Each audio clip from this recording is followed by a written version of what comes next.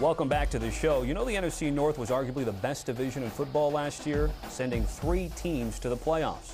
The Lions are reigning division champs, are at the Packers Week 1. The Ben Johnson era underway in Chicago as the Bears host the Vikings on Monday Night Football to start the year. We start this segment with the Pushing the Pile guys in Kyle Long and Mike Renner. Let's first start with talking about the team schedules and also team predictions for this particular division. And I want to start with the Lions, but I do want to make sure I get this right. And Kyle, I'm going to start with you because they have a Week 8 bye to the Lions. Before that, at Green Bay, Chicago at home, at Baltimore, Cleveland, at Cincinnati, at Kansas City, Tampa Bay. That's a pretty rough start to the season.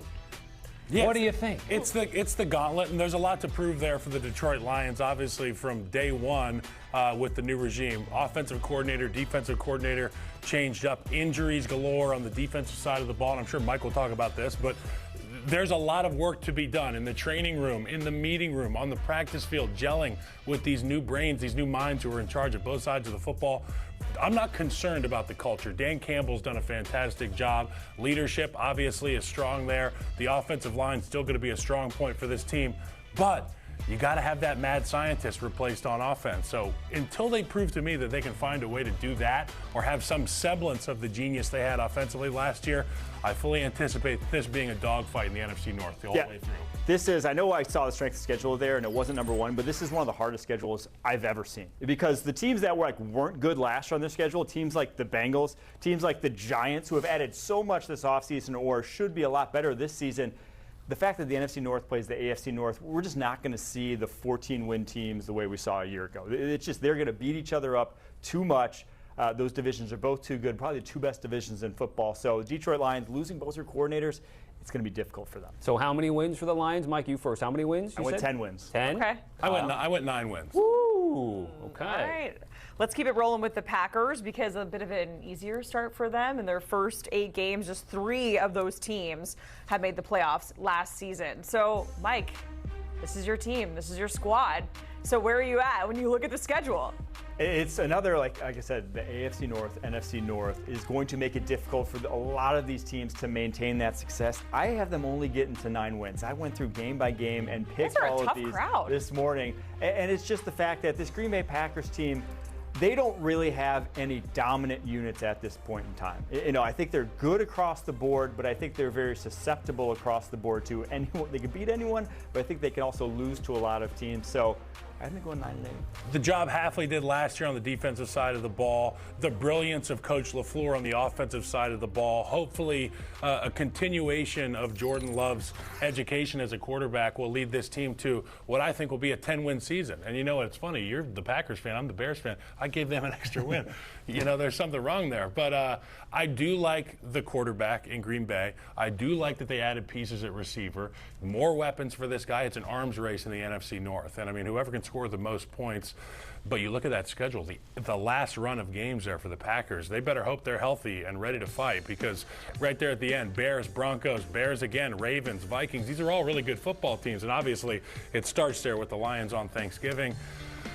A lot's going to happen in that last quarter of the season for these teams in the NFC North. I didn't necessarily think I was going to see the Bears guy giving a slight edge to the Packers over Mike Renner. But, hey, Mike, if we're looking at this latter half of the schedule post, Thanksgiving, if they can get hot, get on a heater, what are some wins that might be unexpected that you think that they could pick up? Well, that's why I have them going 9-8 because, one, you got the early bye, and then that stretch at the end where after the Giants game, there's no certainty. With any of those. They only won 1 divisional game last year. They lost all those divisional games. I do think, though, the one team that I said is susceptible, the Lions going to Detroit, they won that game a couple years ago. I think they could win that game this year. Okay. Let's get to the Vikings. If you're a Skull Nation, pack your passport. You got Dublin and London in back-to-back weeks. It's the J.J. McCarthy era. You also have the Sam Darnold game coming up there, Week 13 at the Seahawks here. So, Mike, the question then becomes how much of the J.J. McCarthy portion of this factors into what you think Minnesota will do this year? How many wins for them? Yeah, I have them getting 9 wins as well. I'm really kind of hedging my bets here. But I do think that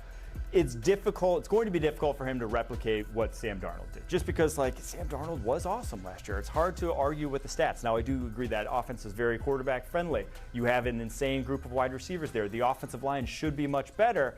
But I do think that J.J. McCarthy, this is his first year at quarterback. Rarely do we see a quarterback just hit the ground running. Last time we saw it was probably Patrick Mahomes and maybe later season Jaden Daniels last year. So it's just going to be difficult to replicate that success. And again, for another team that has a dogfight of a schedule the entire way. You know, and this is a team that has obviously a great scheme and great skill on the outside, and it lends itself to having anybody at the quarterback position have relative success because of how wise they are on the offensive side of the ball. And I've been in rooms where you have a guy that's not as bright at the offensive coordinator position, and it's tough sledding the entire year. But for J.J. McCarthy, coming off the injury in his second year, he was in the rooms there with Sam Darnold. He knows what it took to have success.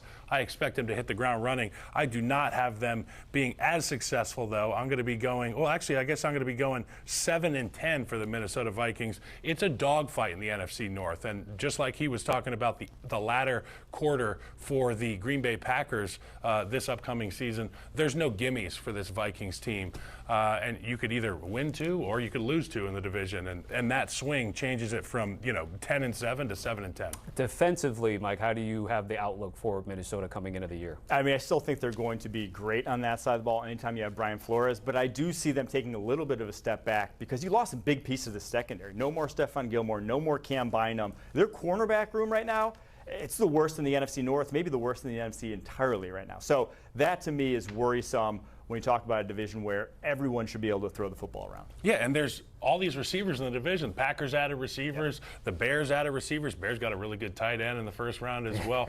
You're going to have people that cover these folks. And just like I was talking about with the Lions, are you going to have people healthy enough to get after the quarterback early on in the season? Guys like Aiden Hutchinson and all around the NFC North. Those are the questions I have. Can you match up with the arms race at quarterback and the skill positions in the NFC North? Kyle, you mentioned this mad scientist that we're talking about, the Lions, who is now in Chicago, and Ben Johnson. So let's get to the Bears. We don't have to wait long to see him facing his former squad week 2, where we get the Bears and the Lions. We also, of course, have the Hail Mary, the Fail Mary game. I guess it depends on what side of it you're on when they face the Commanders in week 6 on Monday Night Football. We always ask this about the Bears, Kyle. Is this a playoff team when you consider the pieces that they have, the draft, everything, the new coach, and the schedule that you're looking at in front of you? Well, you know what? I really do think that this is a team that can play themselves into the playoffs. And as we saw last year with the Washington Commanders, it's not necessarily who you are on paper, but how much juice you got when the dance comes around. And we saw Jaden Daniels dance his butt off in the playoffs. Could we see Ben Johnson's offense be that much better than last year's iteration of the Chicago Bears offense? Is that enough to carry this group to the playoffs? On the defensive side of the ball, obviously I really like the secondary there in Chicago, but is the money they spent on these free agents, these pass rushers, going to come to fruition with sacks? That's what it's going to come down to. I love the Bears. I've got them going 10-7 on my piece of paper. And you know what? I also gave the Packers 10 wins. So, I'm not just a homer here. You're being fair. I like this Bears team a lot. I'll just say I need to see it first with this Bears team. You think about last year's schedule. We talked about they had the easy first half, the difficult second half. Well, they won one game in that difficult second half. It was against the Green Bay Packers down the stretch there. So I'm going to need to see them beat the good teams first because we just saw they have the second most difficult schedule in the NFL on paper. That means that every week is going to be a good team. So they're going to need to figure out a way to beat those and win those games first against those playoff and Super Bowl caliber teams. They didn't have it last year. I'm going to need to see it before I believe it. 8-9. Okay. At Ravens, at Eagles. I mean, there's teams that are tough to play no matter the venue. And then when you go to the Link or when you go to M&T Bank Stadium, it just feels like the whole world's against you. So, God bless the Bears in that stretch there. But I think they've got some toughness, and I think they're looking to prove some things this year. So just a quick follow-up. We can pull the schedule up once again. So say, Mike, we're playing hypotheticals. Yeah. That's what we do here in the offseason. If they beat the Commanders in prime time and then go win at the Ravens, at the Bengals, by that point, how are you going to be feeling about the Bears if they prove that they can at least take on those sorts of teams? Completely different. You win those games, all of a sudden, you're more of a 12-win team. Okay. I wouldn't even say like an 8-win team or a 10-win team where Kyle's at. I think you're a 12-win team where you're going to places like Minnesota, you're going to places like Green Bay, and you're either favored or it's like a push in terms of the line. Like it's a toss-up. So that is going to get, I think, very early on with those first 2 weeks.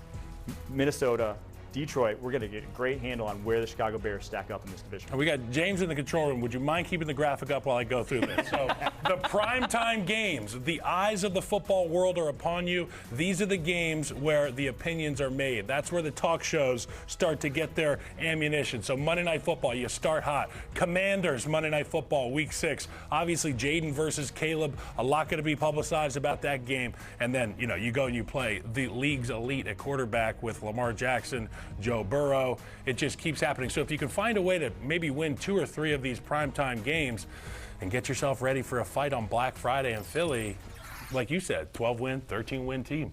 Yeah, it's just tough. I'm looking at that left half of the bracket trying to find 4 wins out of the first 8 to see if they can do it. If they can try to maybe pull it off, it'll be interesting to see. By the way, when we have odds to win the division, you have 1 10-win team, you have 2 10-win teams. So Mike is telling us it's a 1-bid league in the playoff. Are we getting 2 NFC North teams into the postseason? You never know. And like last year we saw with the NFC West, it's just like a big muddy mess until the end somebody emerges. I think it was Days of Thunder. He said just keep your foot in it, aim for the smoke. Oh, nice reference. You're going to come out at turn 3 into turn 4 in the lead. So just keep your head down, war of attrition, stay healthy. We saw how much health played into the success or lack of success in some of the teams in the NFC North last year. Okay, here comes cold trickle down the sideline. There we go. Here's a look at the odds to win the NFC North. Lions are the betting favorite, plus 115. Pricing gets a little bit longer there with Vikings and Bears. Chicago 5-1. Value. All right, so we've gone through the NFC North, and now we're going to tackle the NFC South next. A full schedule breakdown with the guys. What are the expectations of the Falcons? Does it belong to the Bucs? Again, we're breaking it down coming up.